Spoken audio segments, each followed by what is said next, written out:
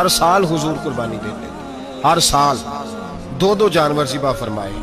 یا رسول اللہ صلی اللہ تعالی علیہ وسلم، دو کا کیا مقصد فرمایا؟ ایک میری طرف سے، ایک میری غریب امت کی طرف سے۔ یا رسول اللہ صلی اللہ علیہ وسلم کس طرف سے فرمایا؟ ایک میری طرف سے، ایک میری امت کی طرف سے۔ کبھی فرمایا ایک میری طرف سے، ایک میرے اہل بیت اور میری امت کی طرف سے۔ دو دو جانور حضور نے ذبح فرمائے، اور پھر میرے حبیب پاک صلی اللہ تعالی علیہ وسلم کے غلام مولا علی شیر خدا، ابن ماجہ کی روایت ہے، حضرت علی شیر خدا فرماتے ہیں کہ نبی پاک علیہ السلام دو جانور ذبح کرتے تھے۔ خود حضرت علی کی جب باری آئی تو انہوں نے بھی دو فرمائے۔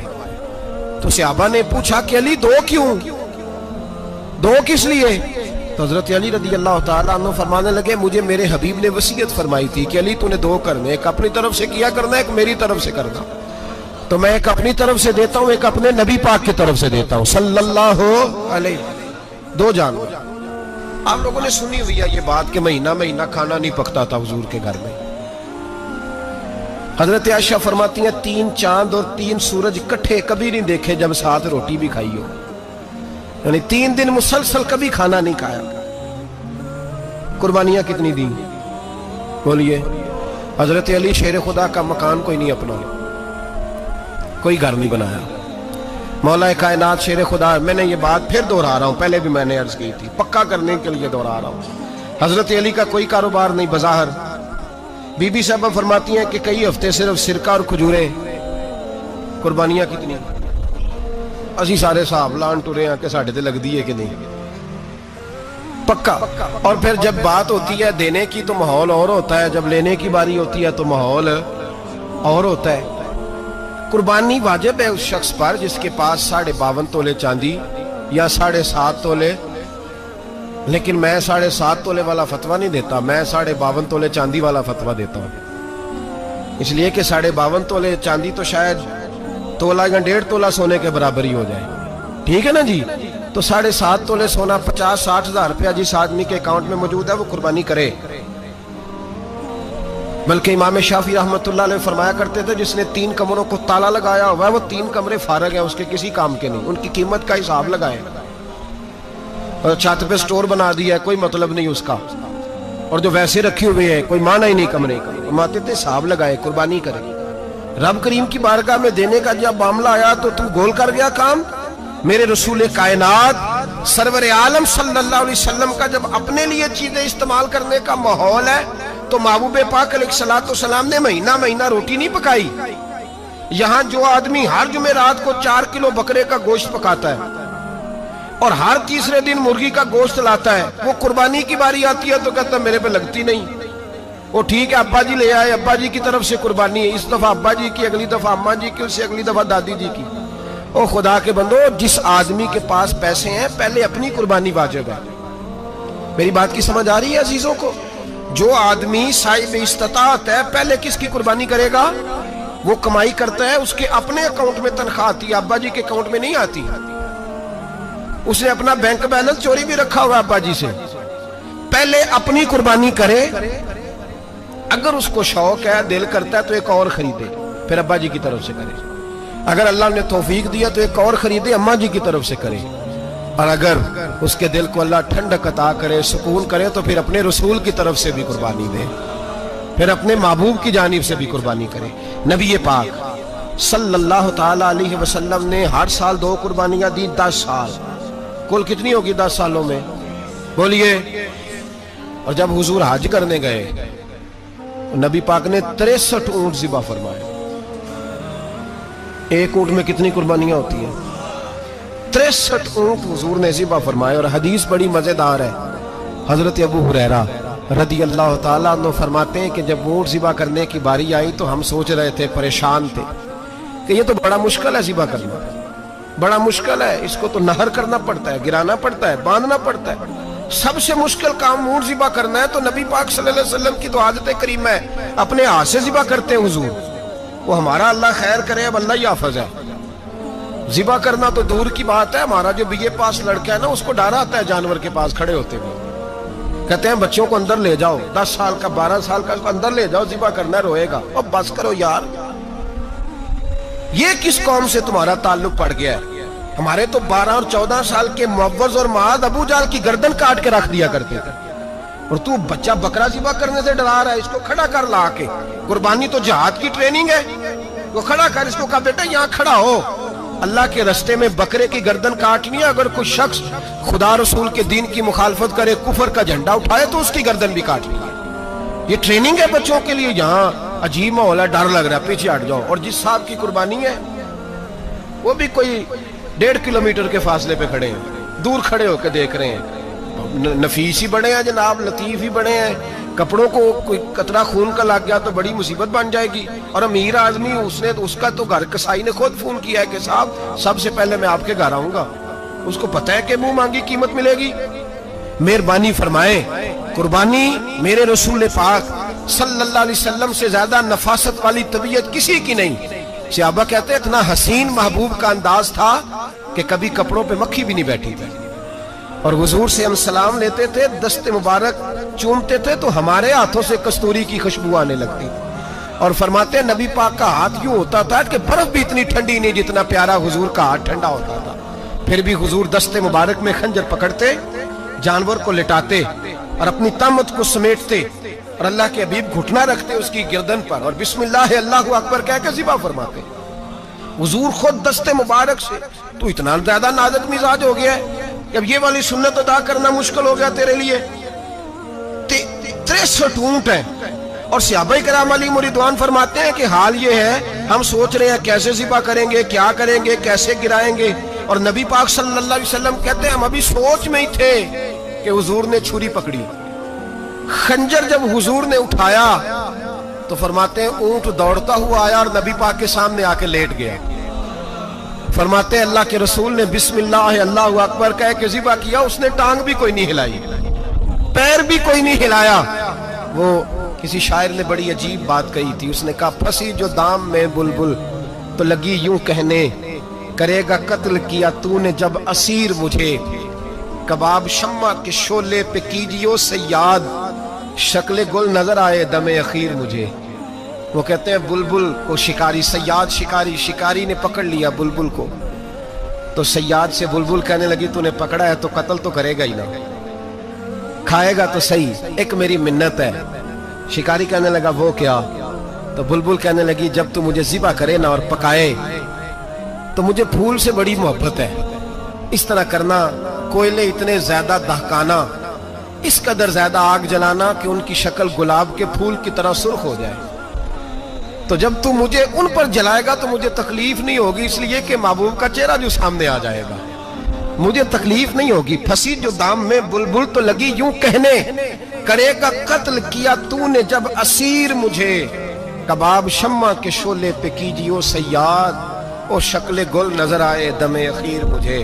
اعلیٰ حضرت بریلوی علیہ رحمہ فرمایا کرتے تھے، فرماتے تھے بڑی تکلیف ہوگی جب جان نکلے گی۔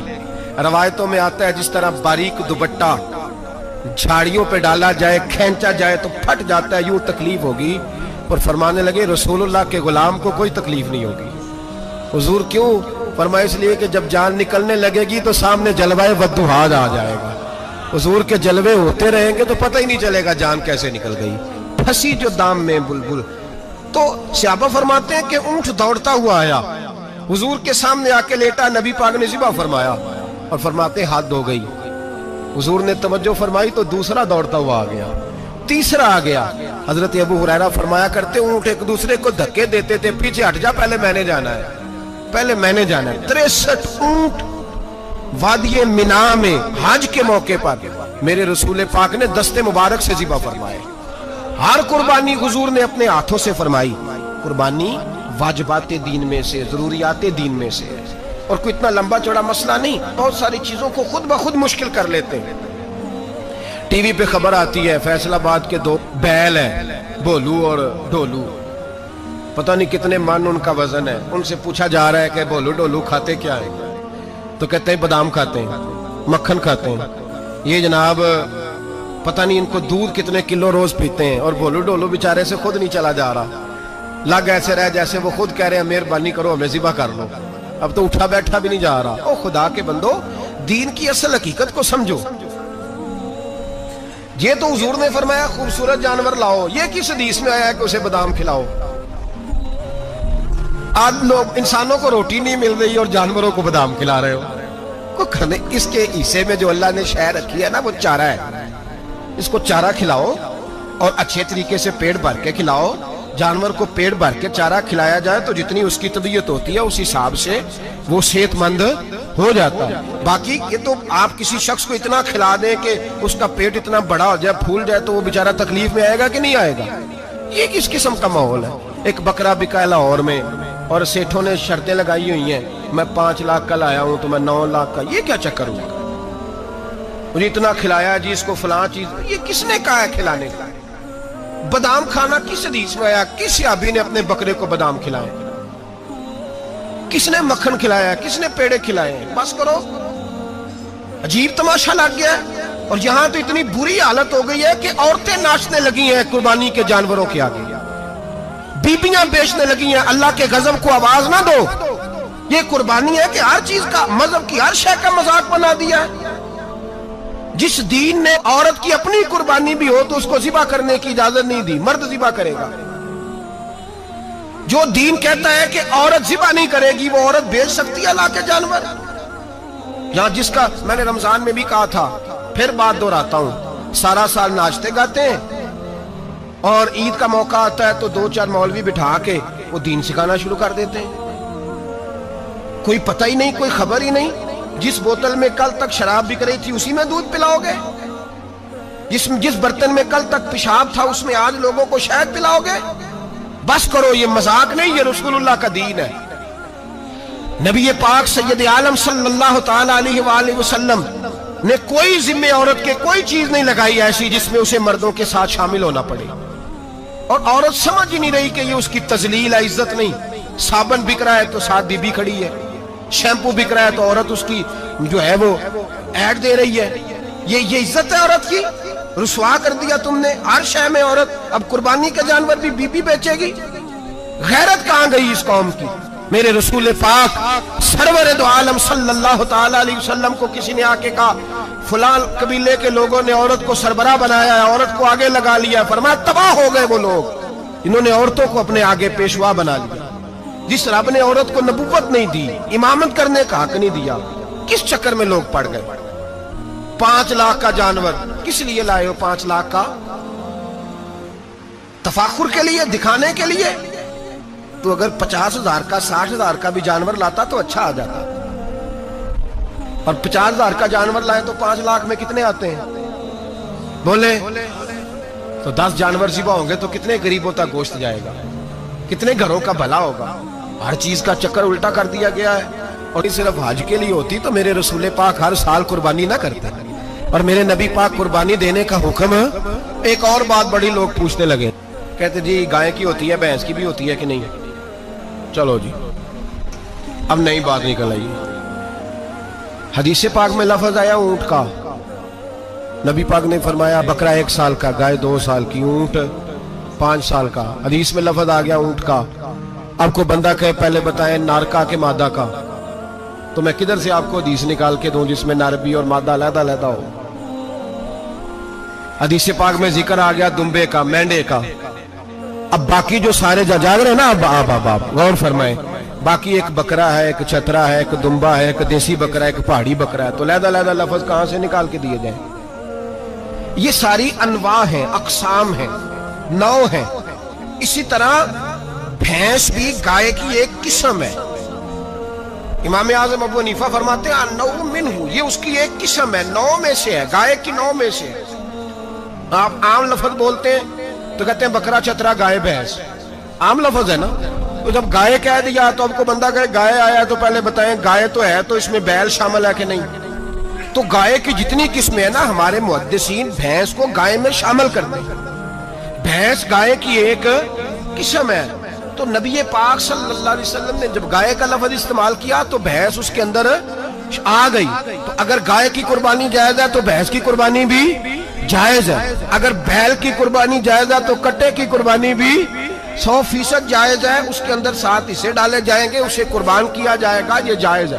اگر آپ صریح لفظ نکال کے دکھانے کو کہیں گے تو پھر تو بڑی چیزوں میں لوگ الجھ جائیں گے۔ پھر کیسے نکالا جائے گا خسی کی جائز ہے کہ نہیں، جو خسی نہیں اس کی جائز ہے کہ نہیں، فلاں کی؟ تو ان تفصیلات، ہاں بہت ساری چیزوں کی تفصیلات حدیث میں ہیں لیکن ساری چیزوں کی موجود نہیں۔ اس لیے میرے عزیز یاد رکھیں، بھینس کی قربانی بھی ہوگی، گائے کی بھی ہوگی، بیل کی بھی ہوگی، کٹے کی بھی ہوگی، جن کی نہیں ان کی نہیں، ہم